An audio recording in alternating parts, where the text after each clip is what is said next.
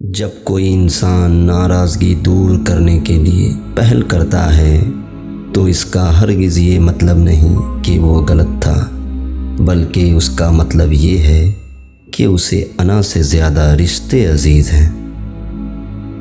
हमेशा के लिए कुछ भी नहीं होता। अपने आप को दबाव का शिकार ना बनाएं। कुछ भी हो, कैसे ही बुरे हालात हों ना हो, वो बदलेंगे और ज़रूर बदलेंगे। जब हर शख्स आपको बुरा लगने लगे तो थोड़ा सा वक्त निकाल कर अपने गिरेबान में झांक लेना चाहिए।